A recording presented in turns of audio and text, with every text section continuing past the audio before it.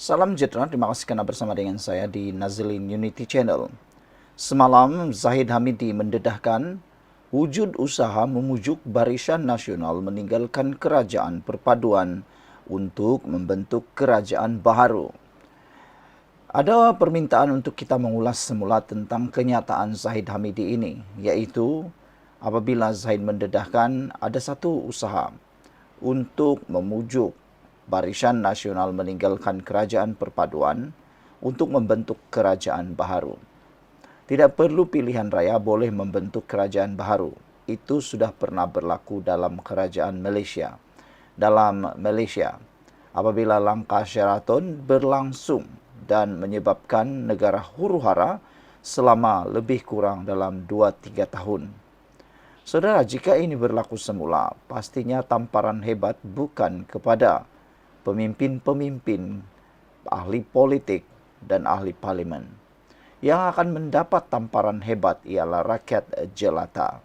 Apabila keadaan ekonomi mula merudum semula atas ketidaktentuan pelabur. Selain daripada itu, yang akan lebih teruk lagi ialah kesibukan para ahli politik, pentadbir Malaysia, para pentadbir, menteri-menteri dan sebagainya, bukan lagi untuk menumpukan perhatian kekuatan membangunkan Malaysia, tetapi kekuatannya lebih kepada rundingan demi rundingan, rundingan demi rundingan. Cerita tentang hal itu, kita bersyukur kerana Zahid Hamidi juga semalam telah menyatakan bahawa Barisan Nasional tidak akan sekali-kali termakan dengan pujukan tersebut. Pujukan tersebut hanya pujukan yang tidak membawa apa-apa makna. Zahid Hamidi kata tawaran tersebut tidak menimbulkan minat langsung kepada beliau, walaupun di dalam pendedahan tersebut Zahid kata akan dilantik Perdana Menteri daripada Barisan Nasional. Zahid kata dia tidak akan mengkhianati rakan Pakatan Harapan yang telah pun berjuang bersama-sama membangunkan semula Malaysia, memulihkan semula Malaysia. Persoalan paling besar pagi ini ialah siapa dalang yang cuba memujuk Barisan Nasional meninggalkan kerajaan perpaduan ini. Ada dua perkara yang boleh kita ulas di sini. Pertama, siapa yang memujuk? Yang kedua, siapa yang dipujuk? Zahid kata dalam pendedahan tersebut, ada pertemuan yang membabitkan orang-orang tertentu. Jadi persoalan pertama, siapa dalang? Siapa orang yang cuba, berani, tidak malu, apalagi muka tebal, tai unta, yang tak sedar diri, yang betul-betul tak tahu malu memujuk Barisan Nasional meninggalkan kerajaan. Bukankah itu satu perbuatan yang tak tahu malu, muka tebal, tai unta? Manakan tidak, perbuatan itu sudah dikecam. Rakyat sudah muak dengan perkara itu. Tapi masih juga ada cubaan yang seperti itu. Perbuatan itu dianggap oleh rakyat, netizen sebagai perbuatan tai unta. Kerana perbuatan itu memang betul-betul menyakitkan hati rakyat. Siapa dalangnya? Semalam, pemimpin Perikatan Nasional Ronald Kiandi menyatakan bahawa tiada dalam perbincangan Perikatan Nasional untuk membentuk gagasan tersebut ataupun memujuk Barisan Nasional membentuk kerajaan baharu. Tapi netizen mengingatkan pemimpin bersatu tersebut, yaitu Ronald Kiandi, bahawa dalam Perikatan Nasional ada orang, ada parti yang pernah melakukan langkah sembunyi-sembunyi apabila menduakan UMNO di dalam gerakan politik membentuk pakatan bersama Perikatan Nasional secara sembunyi-sembunyi tanpa pemakluman kepada UMNO. Ini menyebabkan UMNO diduakan. Bermain dua kolam lah. Parti apalagi kalau bukan parti PAS. Persoalannya hari ini ialah kita bukan nak menuduh, tetapi adakah dalang kepada memujuk Barisan Nasional ini adalah daripada komponen Perikatan Nasional, yaitu PAS.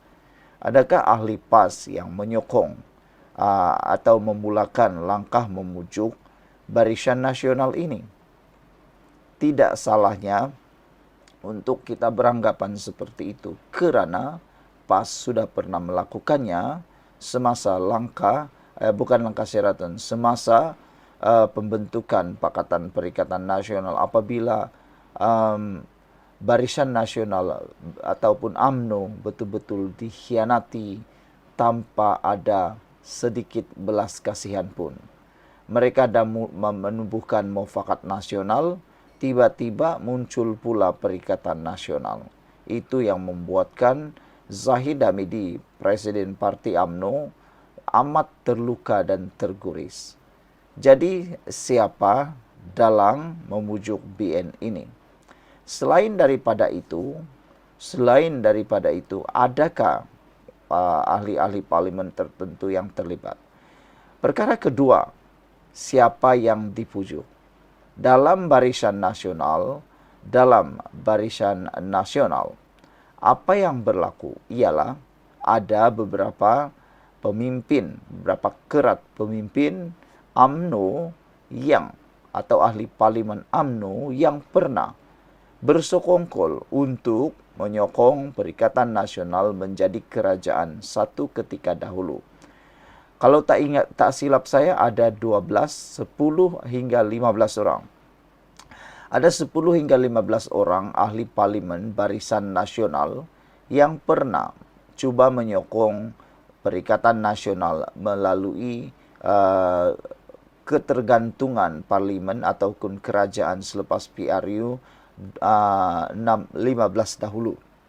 Apabila ada yang menyokong Perikatan Nasional, khususnya Muhyiddin Yassin menjadi Perdana Menteri.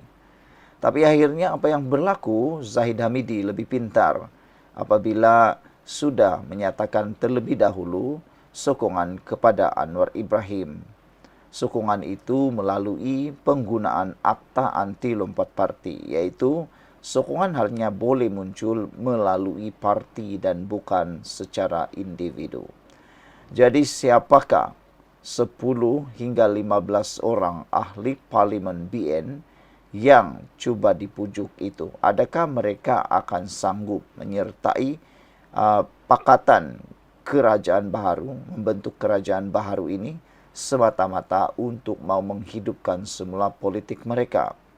Netizen sebenarnya marah dengan pendedahan ini, pendedahan Zahid Hamidi semalam, kerana kata mereka, tak habis-habis lagi kah mahu berbincang tentang politik membentuk kerajaan baru ini? Sudah-sudahlah mendera rakyat, kata rakyat Malaysia. Apa pula pendapat anda semua? Sekian dulu untuk kali ini. Jangan lupa tinggalkan komen anda, tekan butang subscribe. Jumpa lagi. Bye-bye.